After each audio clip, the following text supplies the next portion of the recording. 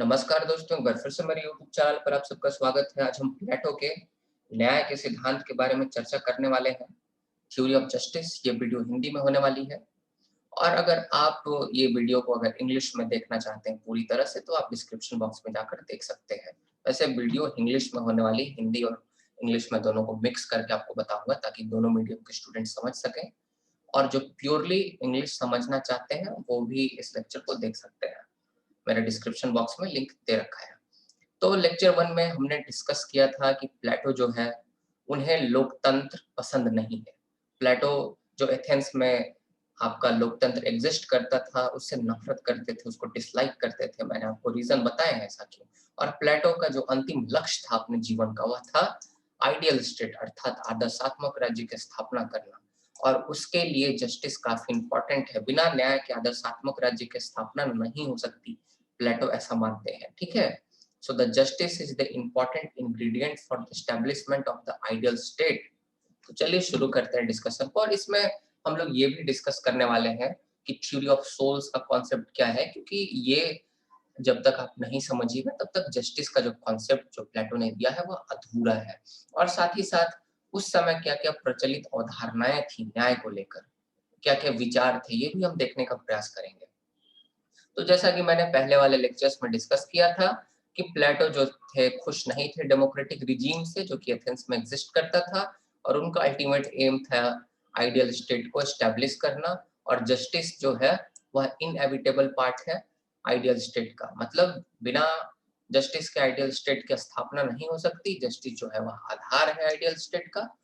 और आप देखिएगा तो जो जस्टिस का विचार है, जो चिंतन है, ये बहुत ही पुराना है राजनीतिक दर्शन में। ये प्लेटो से लेकर, मार्क्स से लेकर, जॉन रॉल्स से लेकर अमर्त्य सेन, सबका एक आपका कोर कंसर्न है। सबने जस्टिस के बारे में बात किया है। प्लेटो ने भी आइडिया ऑफ जस्टिस को डिटेल में बहुत डेप्थ में जाकर डिस्कस किया है। और इसीलिए उनका जो बुक है द रिपब्लिक, उसका सब टाइटल ही है कंसर्निंग जस्टिस। आप देख सकते हैं वह जस्टिस पर कितना जोर दे रहे हैं, कितना एम्फसाइज कर रहे हैं। प्लेटो के अनुसार आप देखिएगा तो जस्टिस जो है वह ग्रेटेस्ट गुड है जो कि एक व्यक्ति अचीव कर सकता है, ठीक है? तो पहले जब हम प्लेटो के थ्योरी ऑफ जस्टिस को देखें, इससे पहले हम लोग एनालाइज करने की कोशिश करेंगे कि कौन-कौन सी ऐसी प्रिवलेंट थ्योरीज थी जो कि एग्जिस्ट कर रही थी एथेंस में, ठीक है? तो आपका 4 थ्योरी है मेन जस्टिस का थ्योरी। सबसे पहले ट्रेडिशनल थ्योरी ऑफ जस्टिस है, दूसरा रेडिकल थ्योरी ऑफ जस्टिस है, तीसरा प्रैग्मेटिक थ्योरी ऑफ जस्टिस है जिसको कॉन्ट्रैक्चुअल थ्योरी भी कहा जाता है, और चौथा है प्लेटोनिक थ्योरी ऑफ जस्टिस। तो सबसे पहले प्लेटो जिस समय में थे एथेंस में, उस समय ये जो 4 जो अलग-अलग अवधारणाएँ हैं न्याय को लेकर, ये सब भी काफ़ी प्रचलित थी।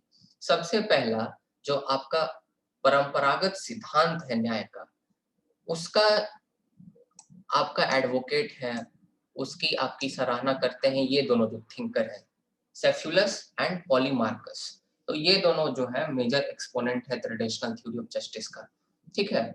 तो अगर हम सेफ्युलस की बात करें तो सेफ्युलस के लिए न्याय का मतलब है कि लोग अपने ड्यूटी को परफॉर्म करें, लोग अपने काम को करें, सच बोलें और दूसरों का जो कर्ज है वह वापस कर दें। तो सेफ्युलस के लिए जस्टिस क्या है? तो सेफ्युलस के लिए जस्टिस है अपने काम को अच्छे से करना, सच बोलना और दूसरों से लिया गया कर्ज को वापस करना। ये सेफ्युलस के लिए जस्टिस है।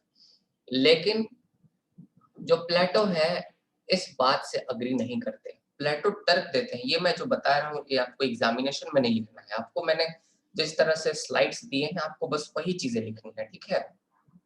और बाकी मैं समझाने के लिए बता रहा हूँ।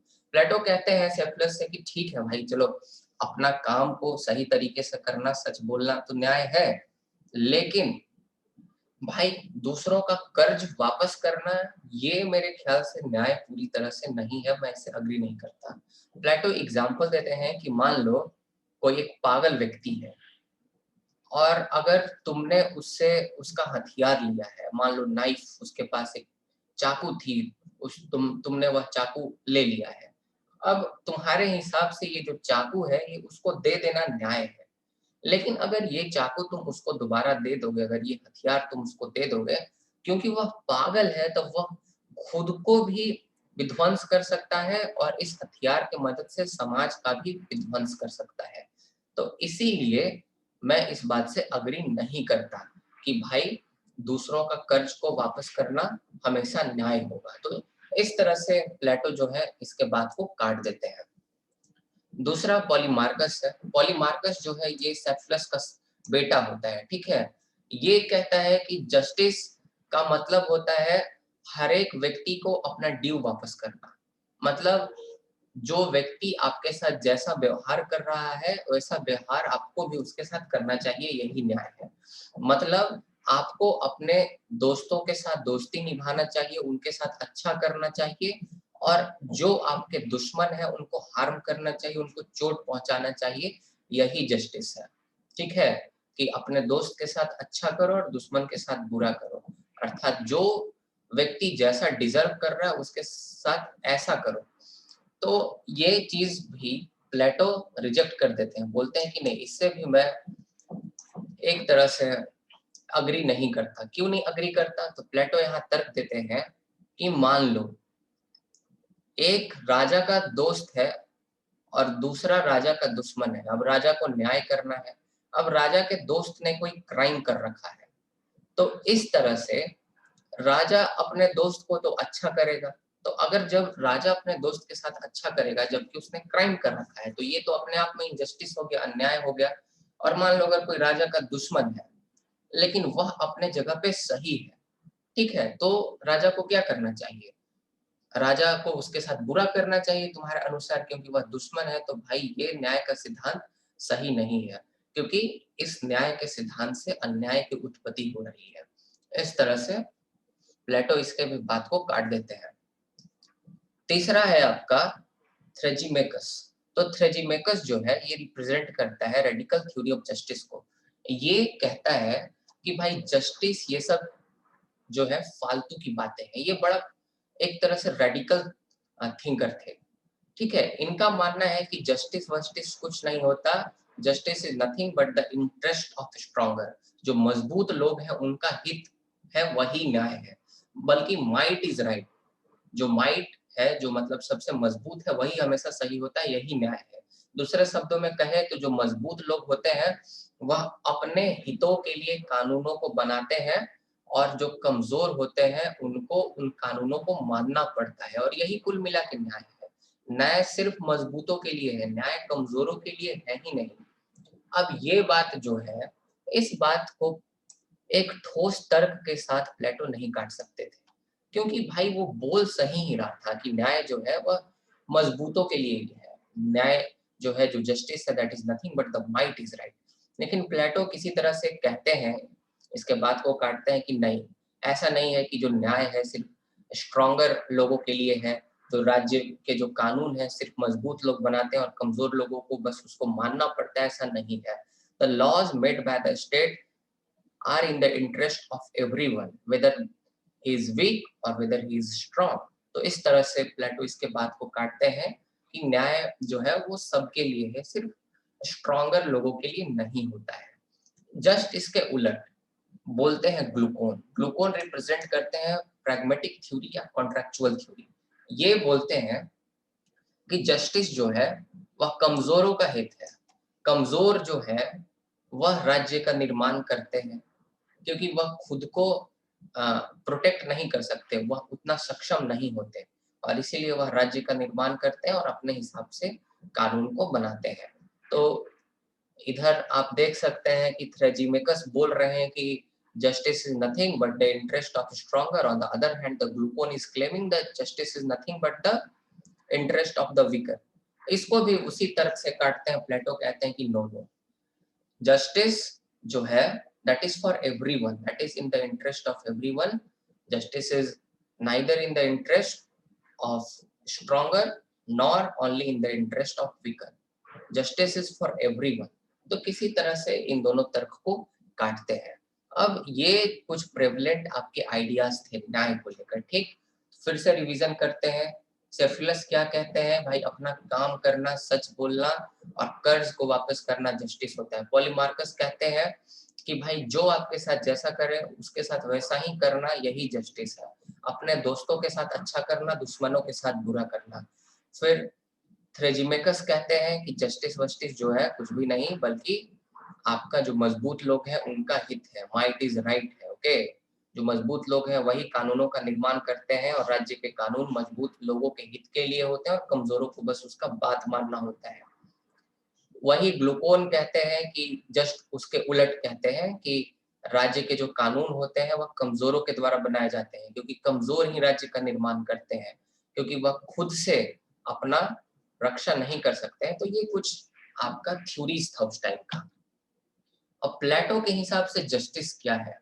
तो प्लेटो के हिसाब से अगर हम सिंपली बोले तो जस्टिस का मतलब है कि अपने नेचुरल ट्रेट के हिसाब से काम करना। मतलब आपको जो सबसे अच्छा आता है आपको वही काम परफॉर्म करना है। ठीक है, अगर हम इसको डिटेल में अगर हम कहें, अगर थ्री इडियट वाले डायलॉग में, कि अगर आप में एक डॉक्टर के गुण है तो आपको डॉक्टर बनना चाहिए, आपको क्रिकेटर के गुण है तो क्रिकेटर बनना चाहिए। मतलब जिस बंदे में जो टैलेंट है अगर वह वही कार्य करता है तो फिर वह न्याय है। ठीक है, ये कुल मिला के प्लेटो का थ्योरी ऑफ जस्टिस है। इसको हम थोड़ा डिटेल में देखने का प्रयास करते हैं। तो थ्योरी ऑफ जस्टिस को समझाने के लिए प्लेटो जो है वह थ्योरी ऑफ सोल्स के बारे में बताते हैं। ये बड़ा इंपॉर्टेंट है, थ्योरी ऑफ सोल्स। तो प्लेटो जो है वह यूनिवर्स को, ब्रह्मांड को दो हिस्सों में बांट देते हैं। सबसे पहला जो आपका भौतिक दुनिया होता है, मटेरियल वर्ल्ड होता है, और दूसरा आपका स्पिरिचुअल वर्ल्ड होता है। ठीक है, तो ये दो वर्ल्ड है, spiritual world and physical world. Human being भी इसी यूनिवर्स के पार्ट है, इसीलिए ह्यूमन बीइंग के भी दो पक्ष हैं, दो एस्पेक्ट्स हैं। सबसे पहला फिजिकल एस्पेक्ट है और दूसरा स्पिरिचुअल एस्पेक्ट है। और स्पिरिचुअल एस्पेक्ट में आता है सोल। स्पिरिचुअल एस्पेक्ट में क्या आता है? सोल आता है, आत्मा आती है।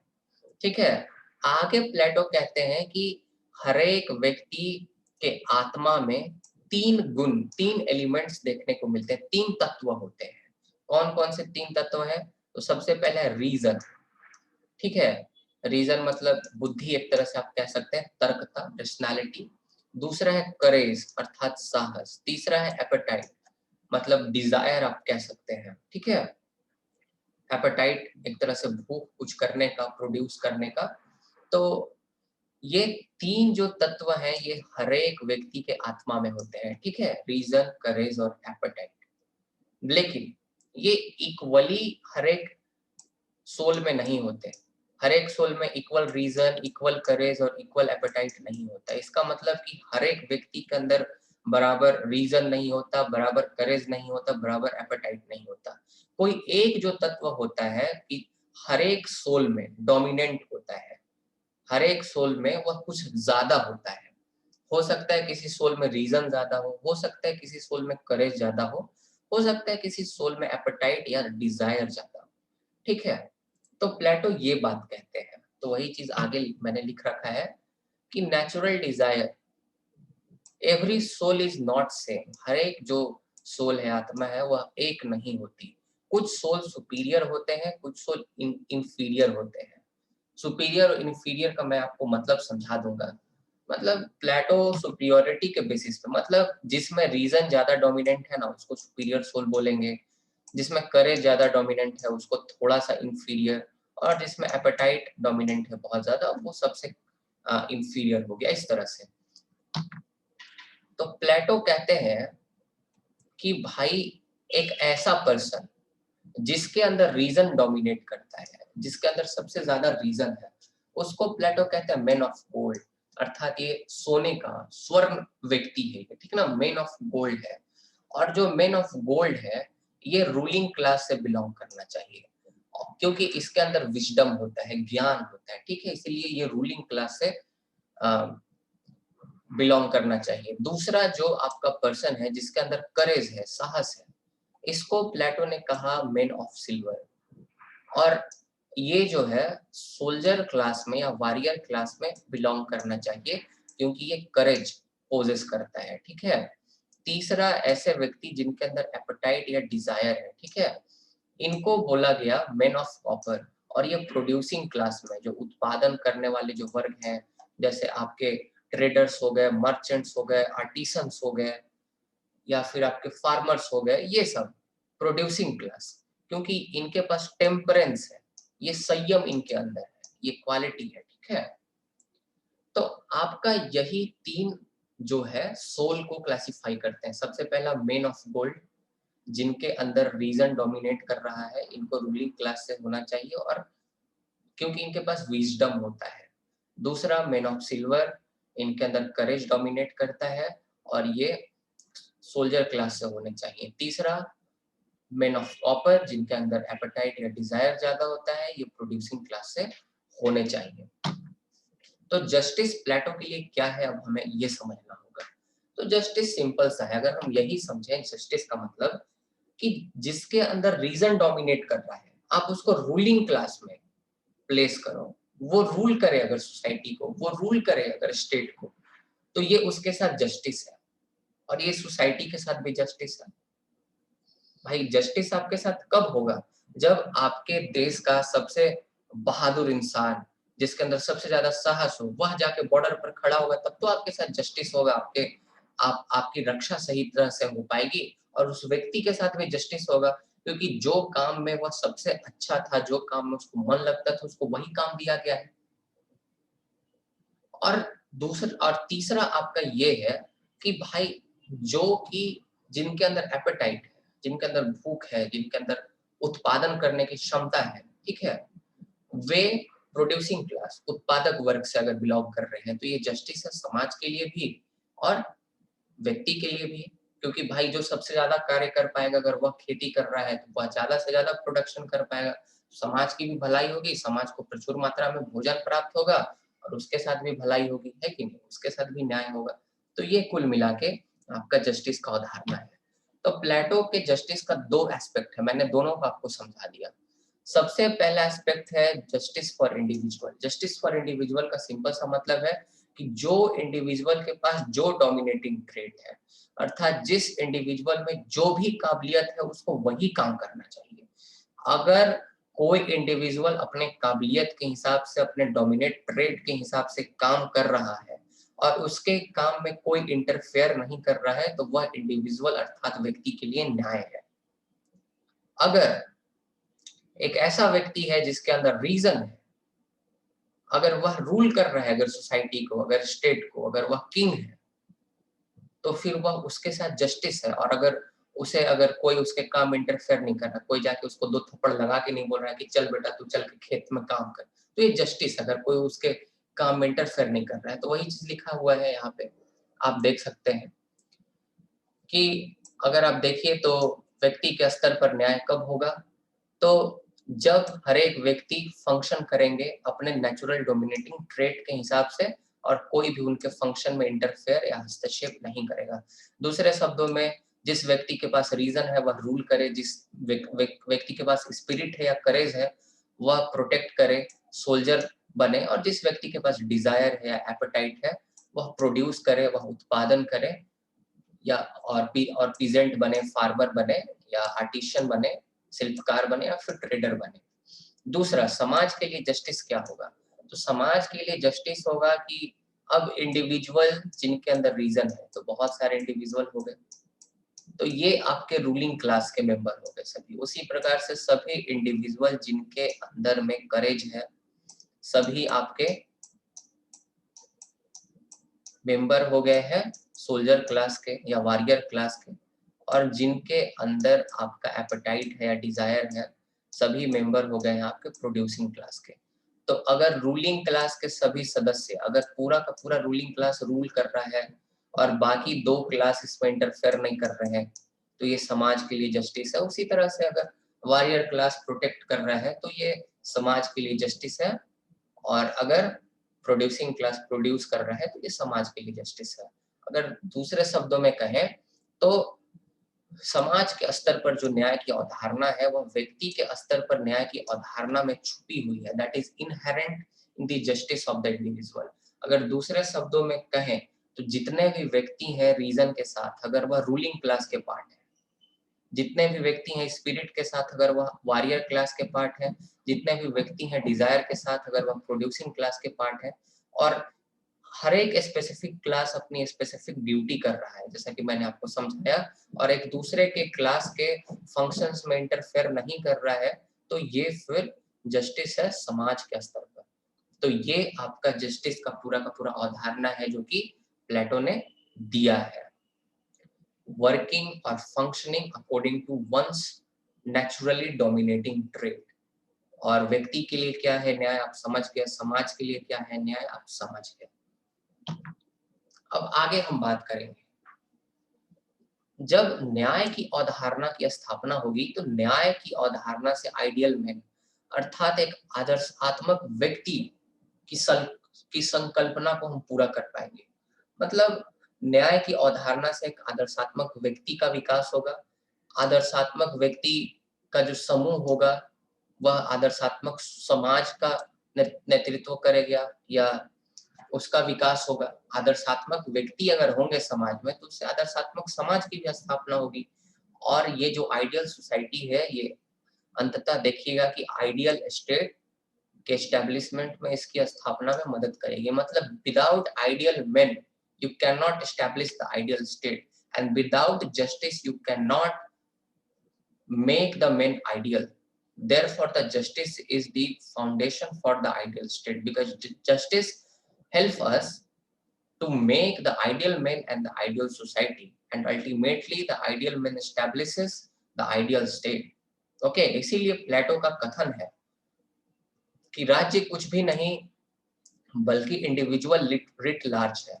मतलब इंडिविजुअल के कैरेक्टर्स के मैग्निफिकेशन है, एक तरह से आप स्टेट देखिएगा तो एक व्यक्ति में 3 आपके गुण होते हैं, रीजन, करेज, एपेटाइट। उसी तरह से राज्य में 3 गुण होते हैं, 3 आपके इसके एलिमेंट होते हैं। जिसके पास रीजन है वह राजा बनेगा, जिसके पास करेज है सोल्जर बनेगा, जिसके पास एपेटाइट है वर्कर बनेगा।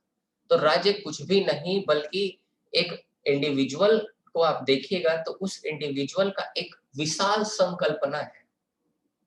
The magnified version of the individual state is nothing but the magnified version.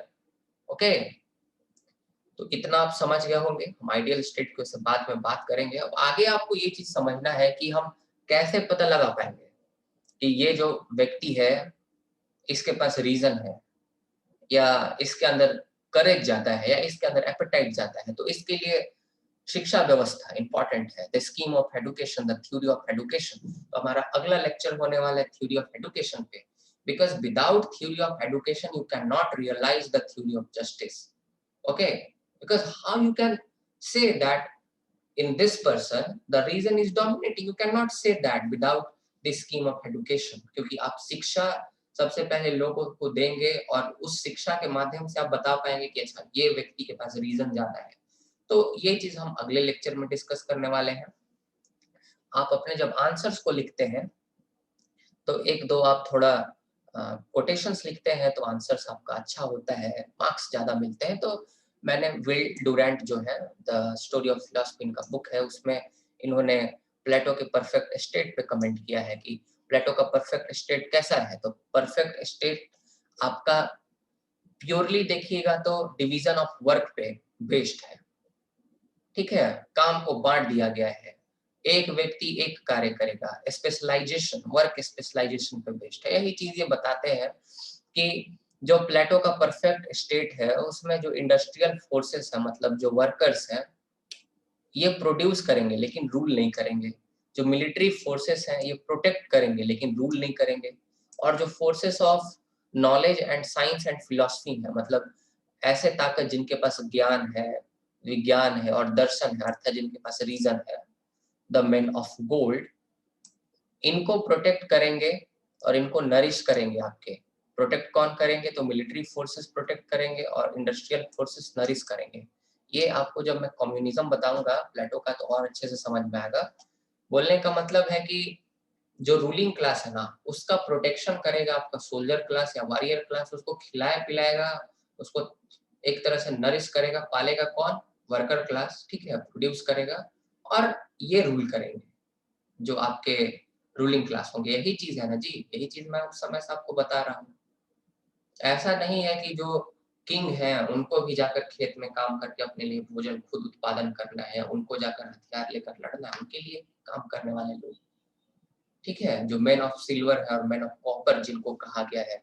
फिर सबाइन कहते हैं कि जस्टिस, प्लेटो का जस्टिस क्या है? तो एक बॉन्ड है जो कि समाज को एकजुट करके रखता है।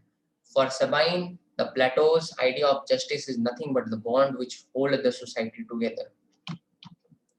अब हम क्रिटिसिज्म देखेंगे प्लेटो के जो जस्टिस का सिद्धांत है उसका क्रिटिसिज्म क्या है, आलोचना क्या-क्या होती है। तो ये बेस्ड है वन मैन वन जॉब की, एक व्यक्ति एक ही जॉब करेगा। इससे जो ज़िंदगी है मोनोटोनस अर्थात नीरस हो जाएगी। अब एक ही व्यक्ति रोज़ एक ही काम कर रहा है, एक ही काम कर रहा है, इंटरेस्ट ही खत्म हो गया, ठीक है? और इससे जो इंडिविजुअल का ऑल अराउंड डेवलपमेंट है, मतलब उसका जो संपूर्ण विकास है, उसके पर्सनैलिटी का ये नहीं हो पाएगा, ठीक है? एक व्यक्ति एक जॉब, आप ही सोचो ना रोज आपको करेले का भुजिया खाना है, खाना है, खाना है, तरह से ये आप क्रिटिसिज्म लिख सकते हो। वैसे ये सब क्रिटिसिज्म जो है ये एरिस्टोटल ने किए हैं। उसके बाद प्लेटो जो है वे सेपरेट करते हैं इंडिविजुअल को 3 क्लासेस में, ठीक है? कहते हैं मैन ऑफ गोल्ड, सिल्वर, ये आयरन नहीं होगा, ये आयरन भी होता है, कॉपर भी कहीं-कहीं लिखा होता है, man of copper, man of silver and man of gold, ठीक है? तो ये जो बाँटा है प्लेटो ने कि एक व्यक्ति के अंदर में रीज़न ज़्यादा होता है, किसी के अंदर करेज ज़्यादा होता है, किसी के अंदर जो है वो एपेटाइट या डिज़ायर ज़्यादा होता है, ये इलॉजिकल है, ठीक है? क्योंकि आम तौर पर देखा जाता है कि जो एक औसत व्यक्ति है, उसके अंदर ये तीनों एलिमेंट बराबर मात्रा में पाए जाते हैं।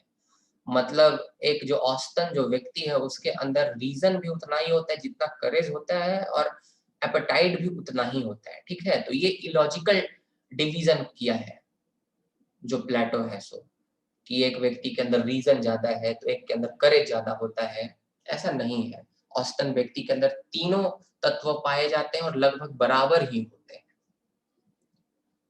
फिर पावर को एक ही हैंड में दे दिया गया है। पावर किसके हाथ में दे दिया गया है? तो रूलिंग क्लास में जो मैन ऑफ रीज़न है।